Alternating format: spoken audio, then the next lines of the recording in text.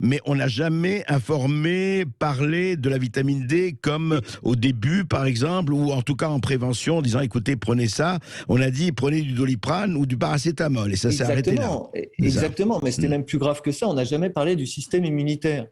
Parce que la vitamine D, qu'est-ce qu'elle fait? Évidemment, elle n'a pas une action directe contre le coronavirus. Mais ce qu'elle fait, c'est qu'elle optimise la réponse du système immunitaire. Ce qui est à la fois crucial en prévention pour éviter que le virus ne se réplique, mais aussi pour éviter les formes graves, puisqu'on sait qu'elle module aussi efficacement le système immunitaire pour éviter qu'il ne s'emballe. Et ça, c'est ce que l'Académie de médecine a révélé un peu plus tard, en mai, en disant ça pourrait être efficace pour limiter les formes graves.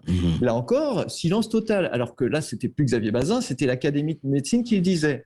Ensuite, toute une série d'études qui confirment que la plupart des personnes hospitalisées ayant des formes graves sont en déficit flagrant de vitamine D. Il y a des études randomisées espagnoles où en intervention, on montre que ça a des effets absolument incroyables sur le passage en réanimation et sur la mortalité. Et puis du coup, en janvier, en France, il y a 6 sociétés savantes et 72 médecins hospitaliers qui font une tribune pour dire il faut utiliser de la vitamine D. Là, en janvier 2021, vous parlez là. 2021. Oui, 2021. oui. Là, il y a quelques articles de presse ça et là.